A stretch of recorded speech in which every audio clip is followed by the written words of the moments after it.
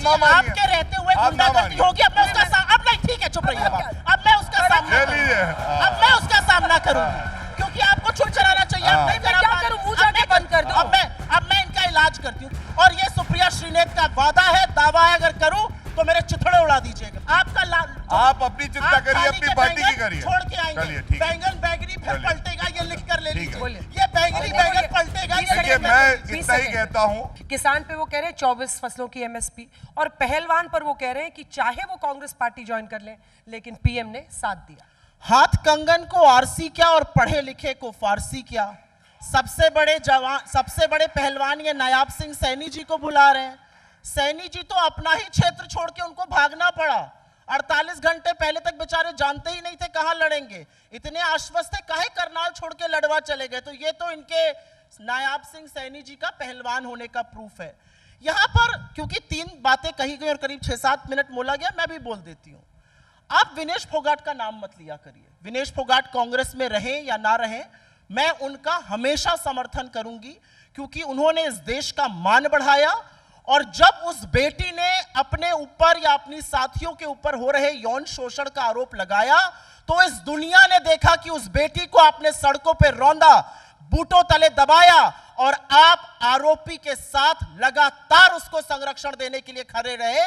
और जब उस बेटी ने कांग्रेस का दामन थामा और चुनाव लड़ने का मन बनाया, तो आपके नेता ब्रिजभूषण सिंह ने उसका घूम घूम कर चरित्र हरण किया, उस पर किसी ने कुछ नहीं बोला।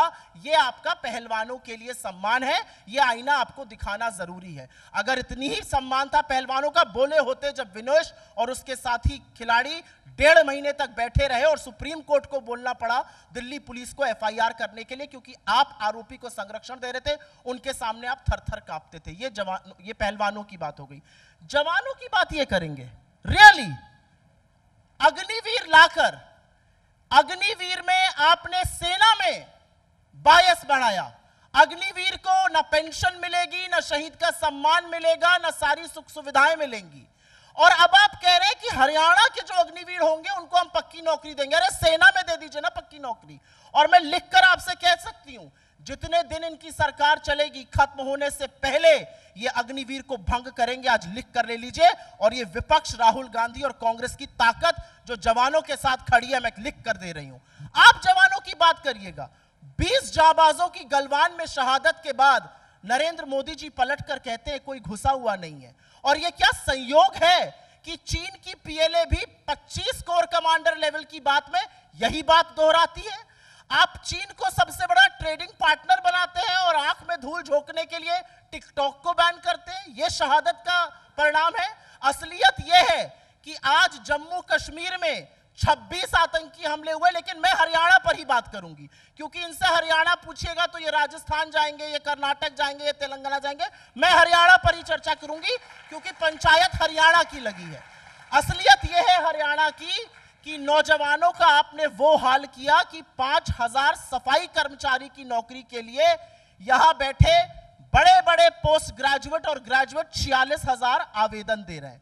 असलियत यह है हरियाणा की कि लड़कों को डंकी मारनी पड़ रही है। असलियत यह है हरियाणा की कि बेरोजगारी के चलते लाइन लगा के लोग खड़े होकर इजराइल के युद्ध क्षेत्र में जा रहे हैं। असलियत यह है हरियाणा की कि फरीदाबाद यहां से 20 किलोमीटर दूर आर्यन मिश्रा की दिन दहाड़े गोली मारकर हत्या की जाती है, क्योंकि संदेह था कि वो मुसलमान है। ये आपने हरियाणा का हाल कर दिया है। हमने देखा है नू और गुरुग्राम को भी आपके नीचे नाक के जलते हुए।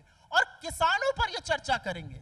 750 किसानों की इस देश में शहादत हुई है, और अधिकांश किसान या तो हरियाणा या पंजाब से थे।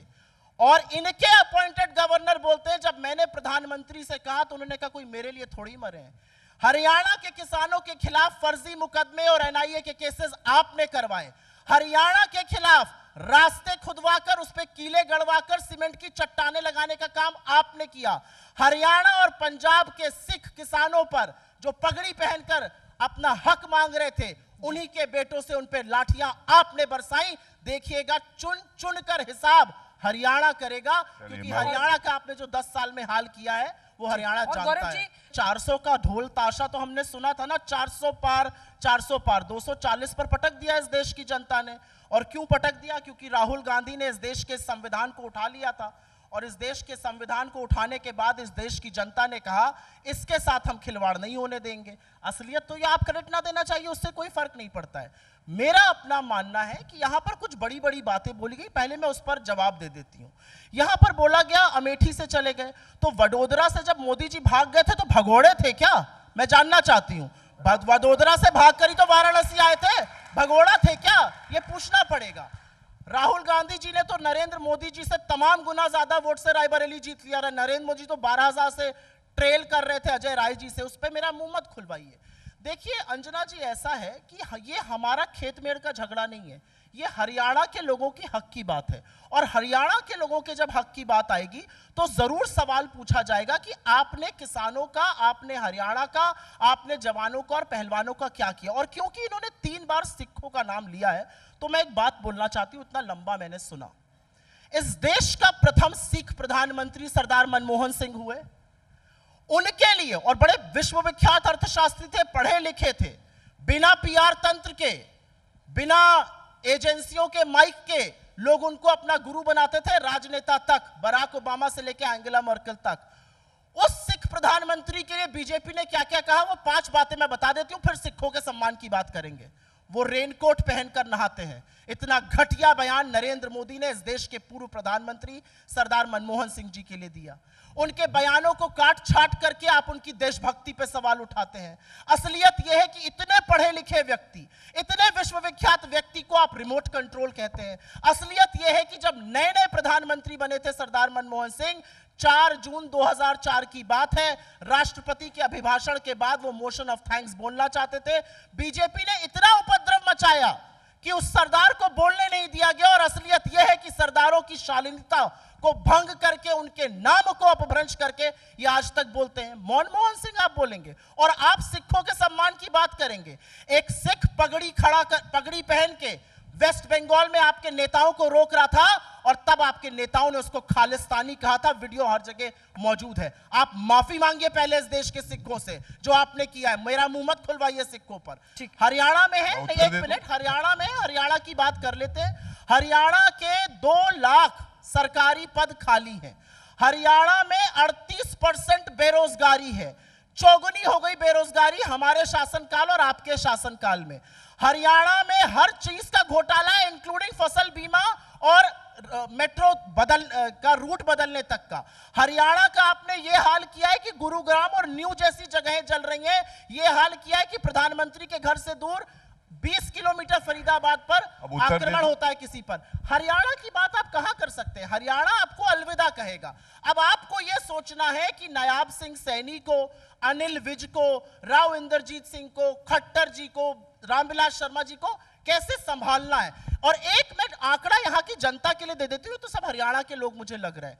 63 लोगों ने इस्तीफा दिया है बीजेपी से, 1-2 नहीं, 63 लोगों ने। और उसमें इनकी ओबीसी प्रकोष्ठ के अध्यक्ष, इनके किसान प्रकोष्ठ के अध्यक्ष शामिल हैं। तो अपना घर संभल नहीं रहा है, दूसरों की बातें करनी है। हरियाणा पे बात कर नहीं पा रहे, यहां की बात करेंगे, उधर की बात करेंगे। पिछले 24 घंटे में ओडिशा में इनकी तथाकथित डबल इंजन की सरकार है। एक लड़की अपना रेस्टोरेंट बंद करके जा रही थी, उसके साथ छेड़छाड़ हुई। छेड़छाड़ करने वालों ने मुख्यमंत्री की धौंस दी। वो पुलिस स्टेशन गई, वहां पर उसी के जैकेट से उसका हाथ बांध दिया गया, पैर बांध दिया गया। और एक पुलिस ऑफिसर जो पुरुष था वो आया, उसने उसके कपड़े फाड़े, उसके अंडरगारमेंट्स निकाले, उसके ब्रेस्ट पर किक किया और अपनी पैंट उतार के अपने प्राइवेट पार्ट्स दिखाकर जो बात कही वो मैं कह नहीं सकती हूं। वो कोई अबला नारी नहीं है, वो लॉयर है, वो इंडियन आर्मी के एक मेजर की फियांसी है, इस देश के एक ब्रिगेडियर की लड़की है। और यह असलियत है कि आपके मुंह से एक शब्द नहीं निकल रहा है और आपके आईटी सेल के दरिंदे, आपकी फेक न्यूज फैक्ट्री वाले कहते हैं। ये other side of the story भी देख लीजिए। आप लड़की के पिता हैं, शर्म आनी चाहिए आपको कि आप इस तरह की वॉटअबाउटरी करते हैं। हमने बंगाल में भी प्रदर्शन किया, हमने बदलापुर में भी प्रदर्शन किया। आप महाराष्ट्र के रेप पर चुप हो जाएंगे, आप विनेश पर चुप हो जाएंगे, आप हाथरस पर चुप हो जाएंगे, आप बिहार पर चुप होंगे, आप उत्तराखंड पर चुप होंगे। आप सिर्फ और सिर्फ रेप पर, तेरा रेप वर्सेस मेरा रेप की गंदी घिनौनी राजनीति करते हैं। यह इस देश की आधी आबादी किसी कीमत पर बर्दाश्त नहीं करेगी। अगर हैसियत है और अगर जमीर जिंदा है तो बोलिए, ओडिशा में जो हुआ उस लड़की के साथ वो सर्वथा गलत है। इस देश में जब एक सैनिक रेगिस्तान से लेकर सियाचिन में हमें सर्व करता है, हमें हमारी सरहद को सुरक्षित रखता है, तो वो ये सोच के रखता है कि उसका परिवार सुरक्षित रहेगा। और उसका मेरा देश ऋणी होता था। मैं सैनिक परिवार से आती हूं और लोगों का सिर शर्म से झुक रहा है। आपको शर्म आनी चाहिए ये बात कहते हुए। और मेरे ऊपर जो व्यक्तिगत आरोप लगाया, आपकी पुलिस ने तफ्तीश करी और उनको पता चला वो मैंने नहीं किया था। जिस लड़के ने किया उसको नौकरी से निकाला गया। आपकी पुलिस ने केस बंद किया।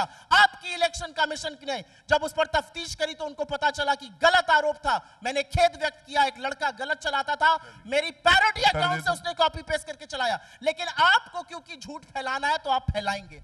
अंजना जी रॉबर्ट वाड्रा जी का नाम लेते हैं। नहीं, उससे पहले 11वां साल है ना, क्यों नहीं कुछ करते हैं?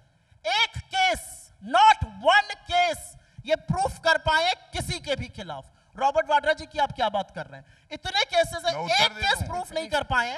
और जिसको आप बालक बुद्धि कहते हैं उसने तो आपकी खटिया खड़ी कर दी है इस देश में। आपको लैटरल एंट्री पर यू टर्न लेना पड़ा है, तो राहुल गांधी ने कांग्रेस पे यू टर्न लेना पड़ा है, आपको लगातार यू टर्न लेना पड़ा है वक्फ बोर्ड पर, ब्रॉडकास्ट बिल पर, और अभी आप यू टर्न अग्निवीर पर भी लीजिएगा। और असलियत यह है, एक मिनट, क्योंकि इन्होंने गंदे शब्द का प्रयोग किया, बालक बुद्धि। मैं करना तो नहीं चाहती थी, लेकिन फेकू और झांसाराम जहां जाते हैं बड़ी नाक कटाते हैं भाई। अमेरिका गए, आर्टिफिशियल इंटेलिजेंस की एआई को कह रहे हैं ये अमेरिका इंडिया है। काहे नाक कटाने का काम करते हैं? रेडार में बादल नहीं दिखेंगे इसलिए हमला करा दिया। ये किस तरह की बातें करते हैं? तो बैल बुद्धि कौन है ये देश जानता है, और उस बैल बुद्धि की पैरवी करने आया आप। मैंने अपनी ओर से शुरू नहीं किया था, क्योंकि उन्होंने शुरू किया, खत्म मैं करूं। अपने नेताओं की तरफ से टीएमसी इंडिया ब्लॉक का पार्ट है, वो इंडिया ब्लॉक का एक घटक दल है, हम इंडिया ब्लॉक का हिस्सा हैं। उसके बावजूद भी